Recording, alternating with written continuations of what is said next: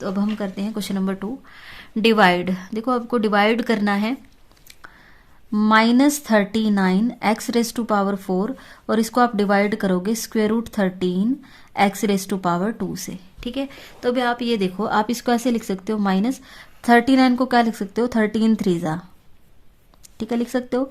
और सब मैं ऐसे ही लिखती हूँ, x raise to power 4 √13 x², ये भी मैंने ऐसे ही लिखा। ठीक है, अब मैंने आपको बताया था एक 13 है लेकिन नीचे स्क्वायर रूट है। आप इसको क्या करोगे, आप इस 13 को आप लिख सकते हो √13 इंटू √13। आपको बताया था √13 और √13 मिलके क्या बन जाता है, 13 बन जाता है। ठीक है, मल्टीप्लाई में 3 है, x रेस टू पावर 4 है, अपोन में आएगा √13 x²। ये मैं आपको बता देती हूँ। यहाँ पर जैसे √13 है और √13 है, तो इसका मतलब होता है, स्क्वायर रूट का मतलब होता है 1/2, और यहाँ से स्क्वायर रूट का मतलब है 1/2। अब बेस सेम है तो पावर ऐड हो जाएंगी, 1/2 में ये वाला 1/2 ऐड हो जाएगा। हाफ और हाफ कितना होता है, 1। तो ये जो 13 है इसको आप क्या लिख सकते हो, √13 इंटू √13। ठीक है, तो अब आप देखो इस √13 से ये वाला √13 कैंसिल हो जाएगा, तो हमारे पास आ जाएगा आंसर माइनस, एक तो यहाँ से 3 है, यहाँ से √13 है। अब यहाँ से देखो x की पावर यहाँ पर 4 है, यहाँ पर x की पावर 2 है, लेकिन बेस तो सेम है ना x। अगर बेस सेम और डिवीजन में तो पावर सब्ट्रैक्ट होती हैं, तो 4 में से 2 सब्ट्रैक्ट होगा तो 2। ये हमारा क्या आ जाएगा, आंसर। नेक्स्ट है second part, √125 y² divided by 5 y²। देखो y² से तो y² कैंसिल हो जाता है क्योंकि ये मल्टीप्लिकेशन में है। ठीक है, अब आप देखो 125 को हम क्या लिख सकते हैं, 5 × 5 × 5। 5 का क्यूब होता है 125, 5 5 ज़ा 25, 25 5 ज़ा 125 होते हैं, और अपोन में मेरे पास है 5। यहाँ से ये पेयर बनता है। ठीक है, स्क्वायर रूट के अंदर एक पेयर बनता है। आपको पता है जब स्क्वायर रूट के अंदर एक पेयर बनो तो वो सिंगल बाहर निकलेगा, तो यहाँ से 5 और अंदर रह जाता है √5 और अपोन में आएगा 5। 5 से 5 कैंसिल, तो आंसर आ जाएगा √5। √2 के अंदर था, पेयर बना, इस वजह से एक बार बाहर निकल गया, यहाँ से सिर्फ ये √5 रह गया था। नेक्स्ट है हमारे पास 49 y³ डिवाइडेड बाय, तो यहाँ से हमारे पास है 49 p³ and divided by -7 √7 p²। ठीक है, अब यहाँ से देखो, पहले तो मैं इस 49 को लिखती हूँ, मैं माइनस का सिंबल है, माइनस को लिखते हैं ऊपर। 49 को हम लिख सकते हैं 7 7 ज़ा 49, यहाँ पर लिखो p³, यहाँ पर नीचे है 7 √7 और p²। ठीक है, एक 7 से तो एक 7 कैंसिल, यहाँ से आया माइनस। अब ये जो 7 है, इस 7 को अगर आप स्क्वायर रूट में ब्रेक करना चाहो तो इसको आप लिख सकते हो √7। ठीक है, कहने का मतलब है एक 7 के 2 7 कैसे बनेंगे, जब उनके ऊपर हम स्क्वायर रूट लगा के मल्टीप्लिकेशन में ले लें, और अपोन में है √7। ठीक है, यहाँ पर p है, यहाँ पर भी p, बेस सेम है। ठीक है, और डिवीजन में तो पावर सब्ट्रैक्ट होगी, 3 में से 2 सब्ट्रैक्ट होगा 1। √7 से स्क्वायर रूट कैंसिल, तो यहाँ है माइनस √7 और इंटू में p। यही आपका क्या है, आंसर। नेक्स्ट है fourth part, 14 z⁻6 divided by 14 by में 3 और z⁻3। ये 14/3 है तो हम इसको लिखेंगे 14। ये जब ये नीचे वाली जो चीज अगर बाय वाला नंबर आए तो उसका रेसिप्रोकल होता है, तो 3 ऊपर आएगा और 14 कहाँ जाएंगे, नीचे।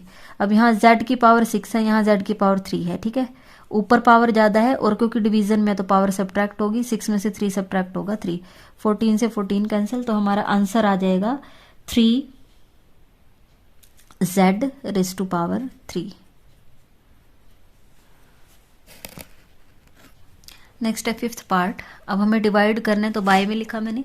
अब आप यहाँ देखो, अगर ऊपर ज्यादा टर्म है और नीचे एक सिंगल टर्म है तो हम हर एक टर्म के अपोन में ये 2/3 लिख सकते हैं। तो मैंने लिखा 6x⁻3 डिवाइडेड बाय 2/3x, फिर मेरे पास है -4x² and divided by 2/3x, plus में 8x and divided by 2/3x। तो हम इसको लिखेंगे यहाँ से मेरे पास है 6 है।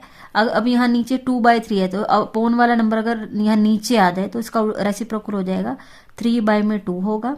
यहाँ से देखो बेस सेम है, यहाँ पर भी x है, यहाँ पर भी x है, तो पावर सब्ट्रैक्ट होगी क्योंकि डिवीजन में है, तो यहाँ पर आ जाएगा x की पावर 3 में से 1 माइनस कर दो तो यहाँ आएंगी 2 पावर आ जाएगी माइनस। यहाँ पर है 4, 2/3 का रेसिप्रोकल यहाँ 3/2 बनेगा।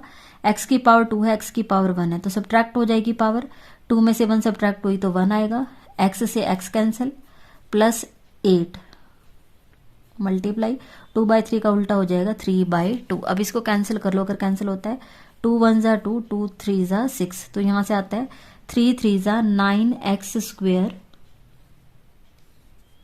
और यहाँ से 2 1 ज़ा 2, 2 2 ज़ा 4, यहाँ से आता है 2 3 ज़ा 6x, 2 1 ज़ा 2, 2 4 ज़ा 8, 4 3 ज़ा 12, तो यही हमारा आंसर है। नेक्स्ट है हमारे पास 7th part, y² - 5y + 1 divided by -1/3y। तो अब आप यहाँ से देखो ये 1/3y मैंने बाय में लिख लिया। अब हर एक टर्म के नीचे लिखो, हम यहाँ लिखेंगे y² डिवाइडेड बाय -1/3y, ठीक है। अब यहाँ से -5y है और डिवाइडेड बाय -1/3y, फिर वहाँ है +1 एंड डिवाइडेड बाय -1/3y, हर एक के नीचे इस टर्म को ले आए। अब आप यहाँ देखो, एक तो माइनस का सिंबल है, हम उसको ऊपर लिखें, ये 1/3 उल्टा होके 3/1 बनेगा, यहाँ 3/1 आएगा।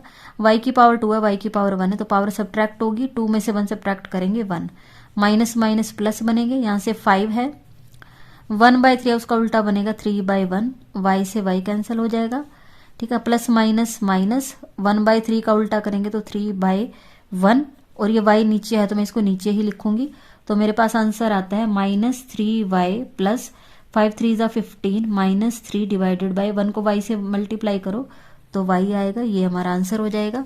नेक्स्ट है हमारे पास 7th पार्ट, डिवीजन में था तो मैंने ऐसे बाय करके लिख लिया। अब हर एक टर्म के नीचे लिखो 3a को, तो 18a⁻³ divided by 3a -12a⁻² divided by 3a plus 9a divided by 3a।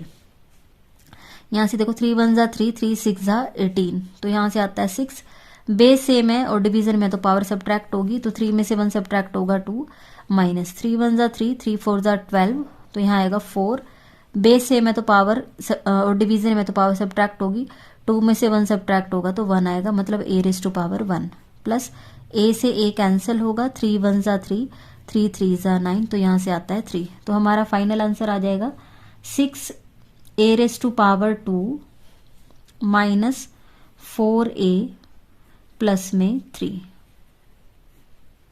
ठीक है। यहाँ पर आपका क्वेश्चन नंबर 2 कंप्लीट हो गया।